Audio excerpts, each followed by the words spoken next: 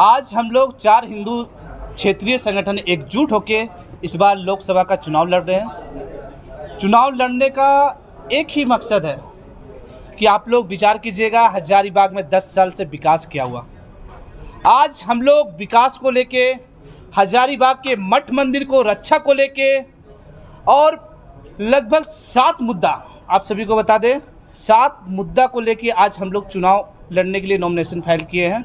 आप सभी को पहला मुद्दा कि हजारीबाग का विकास, जैसे कि रेलवे, हवाई जहाज और सरकारी स्कूल, सरकारी हॉस्पिटल, रोड, जल जंगल ज़मीन को लेके आज हम लोग चुनाव पे उतरे हैं और अपने मठ मंदिर को रक्षा करने के लिए चुनाव पे उतरे हैं।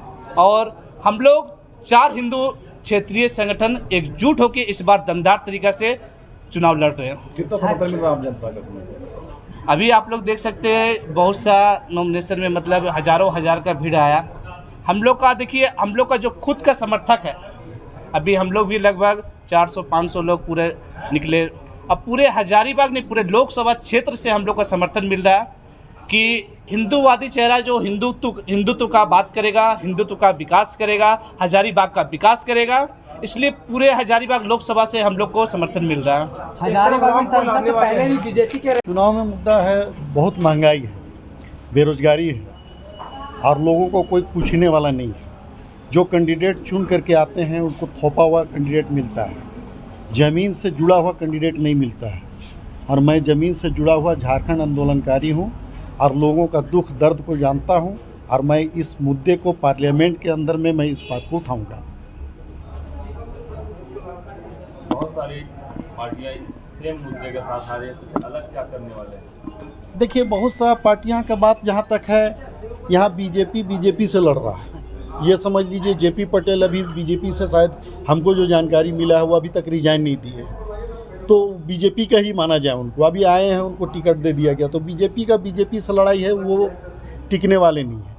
मैं एकदम मुद्दों के साथ लड़ रहा हूँ और वो लोग फेल हैं। बीजेपी अभी मतलब महंगाई के लेकर के, बेरोजगारी को लेकर करके, बहुत सा मुद्दा को लेकर के आम जनताओं से बहुत नाराज़ है, बहुत ही नाराज़ है।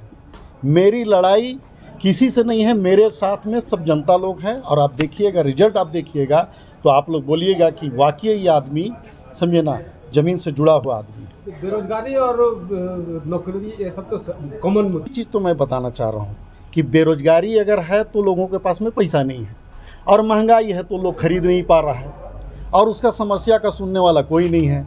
विगत 9-10 मरतबा से यहाँ बीजेपी सिर्फ जीत रही है। अब लोग बीजेपी से भी उबिया गया है, यहाँ एकदम पक्का बात है। परिवर्तन यहाँ के लोग चाहते हैं। 45 साल से, 40 साल से बीजेपी जीतते आ रही है, जहाँ तक हमको जानकारी, 9 मरतबा लगता है लगातार जीतते आ रही है। और कांग्रेस तो कहीं है नहीं। आपको मैं बता दिया कि जेपी पटेल वो बीजेपी का ही आदमी है, उसको टिकट दे करके भेजा गया। उनका मेरे से मुकाबला नहीं है। मैं एकदम आगे, और सभी का समर्थन हमारे साथ में है, सभी समुदाय का, सभी संगठनों का, सभी लोगों का समर्थन मेरे साथ में है। नाम क्या हुआ आपका? वहाँ मेरा नाम MD मोइनुद्दीन अहमद हुआ। संविधान लेकर के आने की इसलिए ज़रूरत पड़ी है कि 1950 में हमारा संविधान कहा गया कि लागू हुआ, लेकिन आज तक पूर्ण रूप में लागू नहीं हुआ है। और हमारी पार्टी जो है people's party of India democratic, ये संविधान को लागू करने के लिए कृत संकल्प है। हम जो काम कर रहे हैं 2018 से, गांव-गांव, कस्बों में, गली में हमारा कार्यक्रम चलता है BS4। BS4 मतलब भारतीय संविधान सम्मान सुरक्षा संवर्धन। S 4 बार है, B से भारतीय संविधान सम्मान सुरक्षा संवर्धन, और BS4 डोर टू डोर, सुबह हो या भोर, चलो गांव की ओर, ये हम लोग का अभियान है। और मेरी शान भारत का संविधान, हमारे लोगों ने पिछले 1 साल में हजारीबाग में लगभग 10,000 संविधान उपलब्ध कराया है लोगों को। हम घर घर में संविधान दे रहे हैं, केवल संविधान दे नहीं रहे हैं, बल्कि संविधान के बारे में लोगों को समझा रहे हैं कि संविधान में क्या क्या प्रावधान दिए। इसलिए कि लागू नहीं हुआ है और हम लागू करना चाहते हैं। वो भी प्रत्याशी जितने भी प्रत्याशी नामांकन कर रहे हैं, ये संविधान की बात करते हैं, संविधान बचाओ, लेकिन संविधान में कहाँ उल्लंघन हो रहा है और संविधान के किस प्रावधान से उनको वोटिंग राइट्स मिला है, यह तक नहीं जानते हैं। अगर आप पूछिएगा किस अनुच्छेद से वोट का अधिकार मिला है, ये भी नहीं। यहाँ तक कि लोग, मैं चुनाव आयोग से भी कहता हूँ कि जो मतदान लिखा जाता है, मतदान की जगह मताधिकार लिखा जाए। मतदान क्या होता है? जैसे कन्यादान, गोदान, दान कर दिए, दान के बाद किसी से मतलब नहीं होता है। ये दान नहीं है, ये संविधान में हमको वोटिंग राइट मिला है, मताधिकार मिला है। अनुच्छेद 326 से जो अधिकार मिला है कि मतलब आप मत दे रहे हैं तो बदले में आपको अधिकार चाहिए। जैसे हम LIC या कोई भी बॉन्ड खरीदते हैं तो हम इन्वेस्ट करते हैं, वैसे हम वोट देते हैं तो इन्वेस्टमेंट है जिसके बदले में आपको राइट्स मिलना चाहिए। लेकिन आज क्या हो रहा है, लोग मत को बेच रहे हैं, अपने वोट को। बड़ी बड़ी पार्टियां जो क्या कर रही हैं, लोगों को मुर्गा, दारू और दूसरी चीज़ों दे करके लोगों को उसका छीन रही हैं। उनको पता ही नहीं है कि हमारा अधिकार छीना जा रहा है। तो इसलिए हम ये बताने के लिए आए हैं कि संविधान को पूर्ण रूप से लागू करना है, और संविधान ही इस देश का सबसे सर्वोच्च किताब है। परिचय दे दिया। मेरा नाम हुआ निशांत कुमार सिन्हा उर्फ निशांत कुशवाहा, और मैं पेशे से सिविल इंजीनियर और जॉब छोड़ करके मैं यहाँ अभी लॉ प्रैक्टिस करता हूँ, वकालत। कैसा मिल रहा है? झारखंड में बने हुए 24 साल हो गया। दुख के साथ कहना पड़ा, जिस उम्मीद और विश्वास के साथ झारखंड अलग हुआ, उसका जनता की आकांक्षा पूरी नहीं हुई। आज भी विस्थापन आयोग का गठन नहीं हुआ। लगभग 50 लाख लोग इस राज्य में विस्थापित हो चुके हैं, वह रोज़ बढ़ता जा रहा है, लेकिन विस्थापन आयोग का गठन नहीं किया। 16 बरस भारतीय जनता पार्टी का राज रहा, और 8 साल शिबू सोरेन, हेमंत सोरेन, बाकी लोग रहे, मधु कोड़ा जी भी रहे। लेकिन पता नहीं, अगर बीजेपी ने किया तो मालूम है वो पूंजीपतियों का साथ देने वाली पार्टी है। लेकिन जो धरती के लिए लड़ते हैं, कि यहाँ के लिए लड़ते हैं, उन्होंने भी विस्थापन आयोग का गठन किया। आज क्या है, बेकारी बढ़ती जा रही है, पलायन इस राज्य से, जब इस राज्य में सब कुछ है, कोयला है, बड़े बड़े खदान नए भी खुल रहे हैं, पुराने भी हैं। कोल इंडिया का CCL, BCCL, ECL इसी राज्य में है। लेकिन आज भी लाखों की संख्या में हर साल प्रयाण करके बम्बई, सूरत, दिल्ली चले जाते हैं, जहाँ और लड़कियां भी जाती हैं। पुरुष तो जाते हैं, औरतें भी जाती हैं, लड़कियां जाती हैं, जहाँ वेतन तो कम मिलता है। उनका आर्थिक शोषण तो होता ही है, लेकिन उसका दैहिक शोषण भी होता है। साथ ही साथ आप बताते हैं, मैं जो कहना चाहता हूँ कि झारखंड में जो भ्रष्टाचार है, जो लूट है, उससे जनता यहाँ तबाह है। जहाँ तक केंद्र की बात है, तो केंद्र सरकार तो आप जानते हो जो है। अच्छा, आपने गठबंधन क्यों तोड़ दिया? नहीं, गठबंधन इसलिए आप लोग सब जानते हो कि हम लोगों ने 1 सीट हजारीबाग सीट मांगा था, और 1989 से लेकर के 2019 तक अगर 2 बार हजारीबाग सीट से जीती है तो CPI जीती है। और पूरे हिंदुस्तान जानता है, केवल झारखंड नहीं, कि 2004 में जब जसवंत बाबू यहाँ खड़े थे, जो उसमें देश के विदेश मंत्री थे, उनको भी 1,06,000 से अधिक वोटों से हमने हराया। यहाँ की जनता ने उनको हरा। इस बार इतिहास दोहराएगा? इस बार अभी मैं कहना चाहता हूँ, संघर्ष में है, त्रिकोणीय संघर्ष CPI बनाएगा।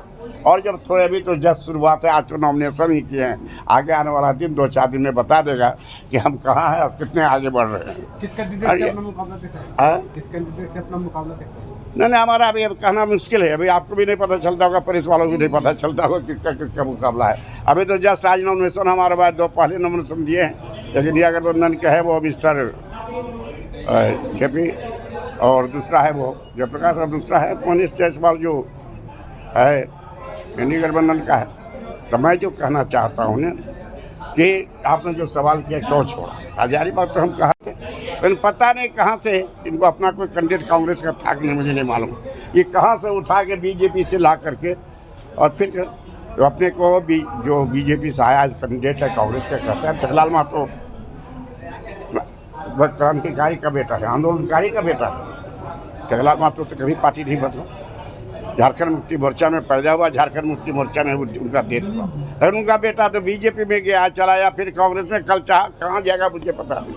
और इसीलिए मैं कहना चाहता हूँ कि जब हमें संप्रदायवाद से लड़ना है, यहाँ पर बीजेपी को हराना है, सर केवल ये नहीं, पूरे राज्य में हराना है, पूरे देश में चल रहा है बीजेपी को हराओ। लेकिन यह सबसे उससे हम लोग उससे जवाबदेही है, लेकिन इससे ज़्यादा जवाबदेही जो इंडिया की सबसे विपक्ष की बड़ी पार्टी है कांग्रेस, ये उसकी जवाबदेही है कि कैसे सबको लेकर चले और कैसे लेकर के हम मोदी को गद्दी से हटाएं।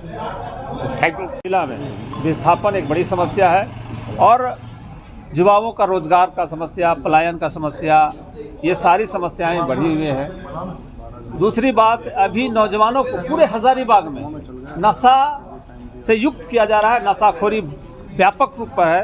हम चुनाव में नशा मुक्त को भी हमारा एक एजेंडा रहेगा और इन तमाम एजेंडों के साथ हजारीबाग के जन विकास के लिए हम लोग आगे बढ़ेंगे और सभी को रोजगार, न्यायप्रिय व्यवस्था कायम करें।